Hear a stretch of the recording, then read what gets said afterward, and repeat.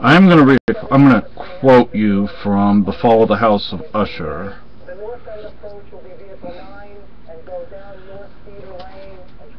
I know not how it was, but with the first glimpse of the building, a sense of insufferable gloom pervaded my spirit.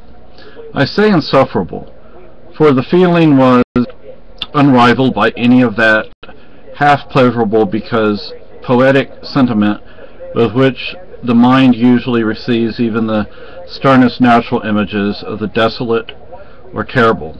I looked upon the scene before me, upon the mere house, and the simple landscape features of the domain, upon the bleak walls, upon the vacant eye-like windows, upon a few rank sedges, and upon a few white trunks of decayed trees, with an utter depression of soul which I can compare to no earthly sensation more properly than to the after-dream of the reveler upon opium.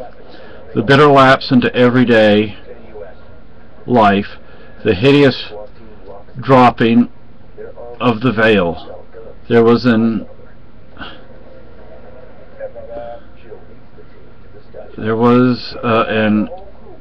a sinking, a sickening of the heart, an unredeemed dreariness of thought, which no goading of the imagination could torture into aught of the sublime. What was it? I pushed to think. What was it that so unnerved me in the contemplation of the House of Usher?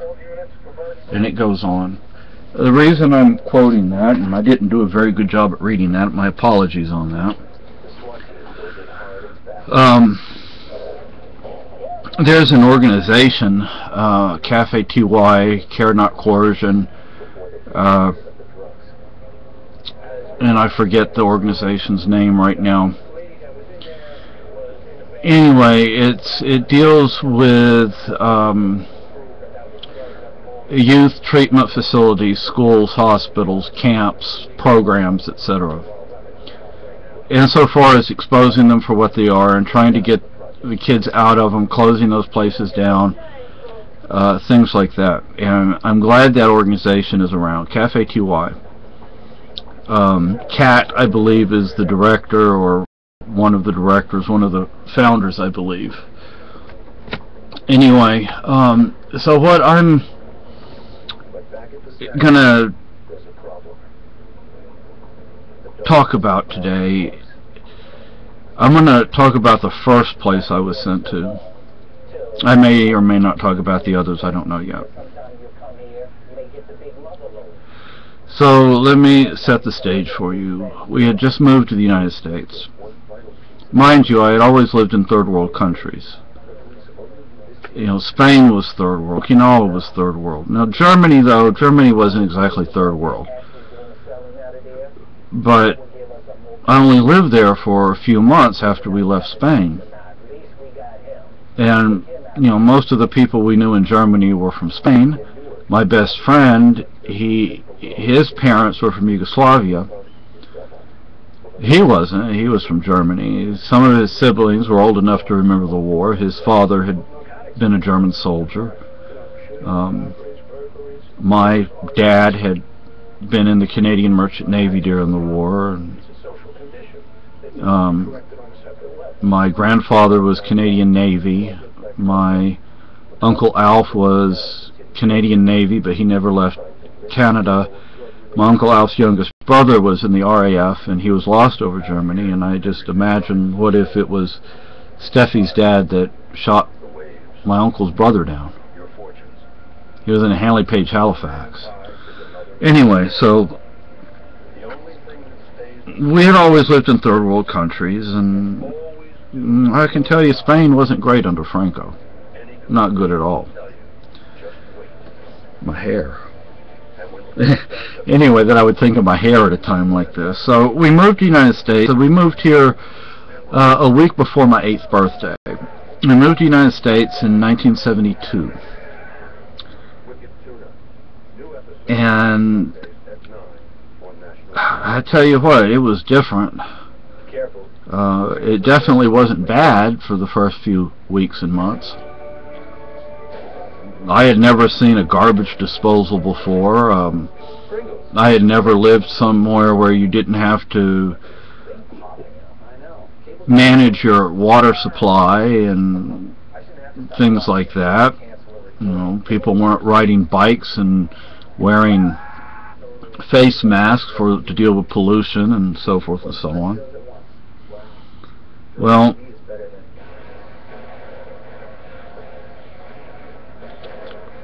my mother decides, she takes me to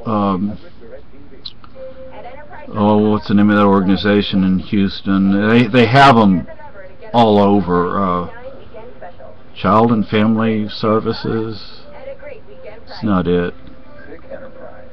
Anyway, I know they had an office in San Antonio in the medical center on, was it Babcock, mate? I don't know if it was Babcock or not.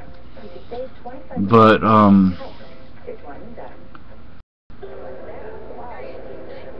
so anyway, you know, I found the report from this agency years later. I mean, decades after the fact, and it stated, from what I can recall, about 3 years ago I lost everything in a fire, so I don't have those documents anymore. But the psychologist, social worker, whatever he was, said my mother had a hard time understanding me. Okay, she had a hard time understanding me. Well, then you don't send me to an institution, you help her to understand me. But I got sent to Austin State Hospital. And what I just read from Poe, you have to understand, Austin State Hospital, or ASH, A-S-H, at the time they had the old buildings, the old foreboding prison, scary kind of places. And I was in the child-adolescent building, and they had 4 wings. They had an adolescent girls unit, an adolescent boys unit. They had the children's unit, which I was on, and then they had the unit for the retarded children, which was above us. The teenage girls were here, the teenage boys were above them, and then on the other wing there was the male children here, and then the retarded children above us. You know, these had bars and screens, you know, heavy mesh screens, and really scary place. You know, I mean, you drive up there, and a really scary place. They take your picture, they do all sorts of paperwork, they do searches. It's almost like it was scarier there than it was in Spain. So I was there about a year, and I remember standing in the hallway and standing in the doorway of somebody else's room, and a John Denver song came on the radio. And offhand I don't remember which one it was, but it really moved me. It really made me feel safe. It's like it gave me a reason to live, because at that point, you know, I mean, I didn't think of suicide. I'd never thought of suicide at that age, but I know I wasn't alone, kind of thing. You know, the way we were treated was just awful. We were yelled at a lot. There was physical abuse, sexual abuse. I don't remember them giving me any medication. You know, I know that when they eventually moved us all to a new building, which was, the new building is still there, although it's not new anymore. But I think that new building is now operated by that agency that I went to in Houston, that my mother took me to in Houston.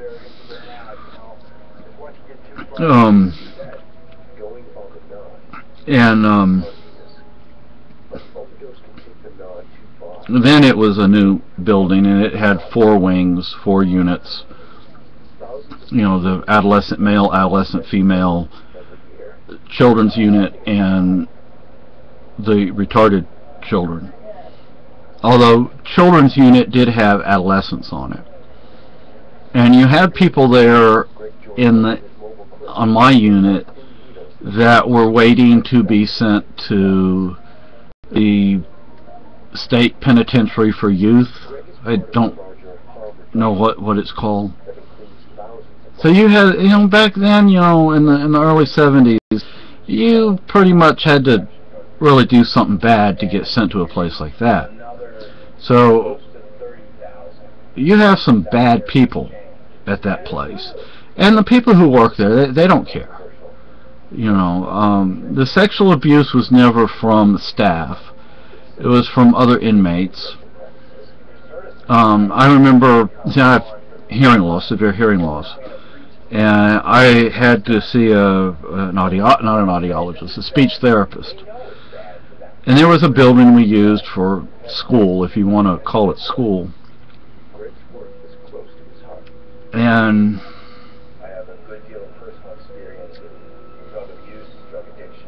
she was saying something like, repeat what I say to you.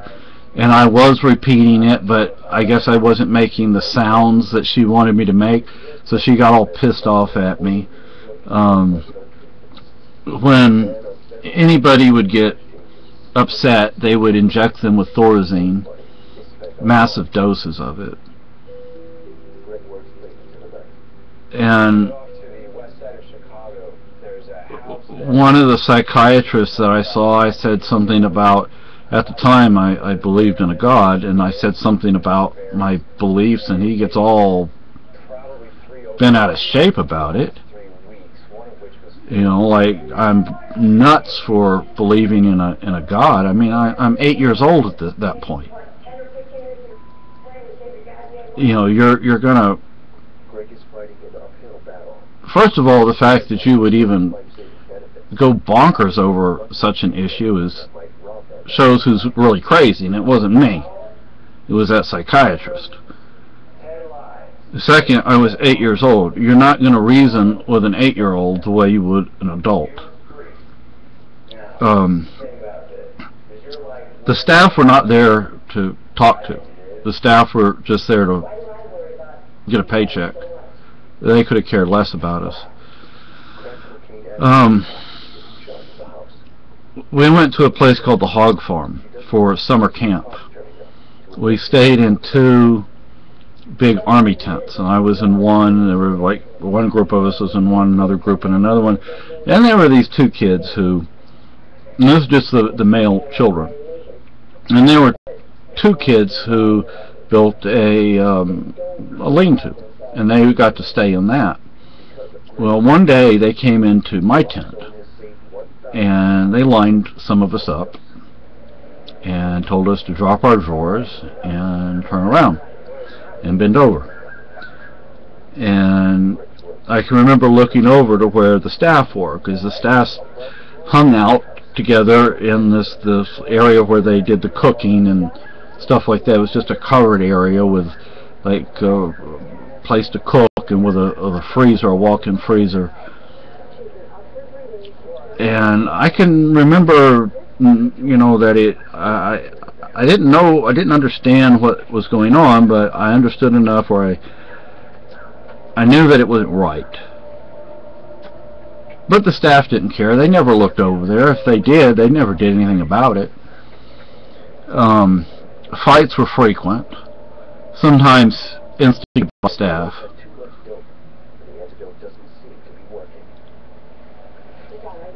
I remember once this kid tried to go AWOL when we were in the first building I was in, and he climbed he climbed to the top of one of the gates, and the security guard actually had his gun pulled on the guy.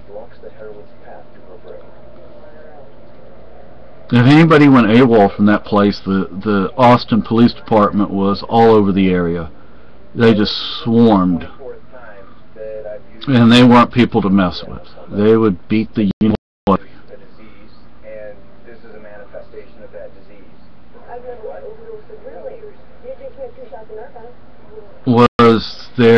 Was I being treated for anything? No. Was I being taken care of? No. I remember we were sitting in the dining hall when we were in the new building across the street from the main campus, and we all ate in the same dining hall, and this girl from the retarded unit, and I say retarded, I don't know what was wrong with those kids. It's possible they had multiple, I mean, it's possible that some kids had one ailment, other kids had another one, others had something else. But she comes over, this girl, she always had a wooden spoon. She's hitting it in her hand like that all the time. Like if it's a fork. She was always doing this, walking around always doing that. And the way they did it is we ate family style, so to speak. Not that that was much of a family. We all sat down at this big table, just like my unit would sit at a table, and then they would bring bowls of food, and we would each take from the bowl and pass it around. She came over once, put her hand right in my food, and I'm like, I didn't want to eat it. I didn't know where her hands had been, and they told me to eat it. It made me eat it. So that was my first experience in an institution. I could probably go into more stuff, but I'd really rather not do that. They definitely didn't protect us.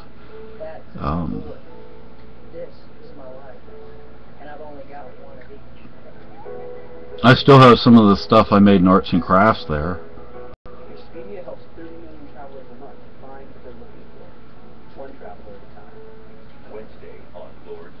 You know, places like that, they hire the lowest common denominator. So anyway, that's the first one, and I won't talk about any more institutions in this video. I'll make other videos to do that. Thank you. Have a good day.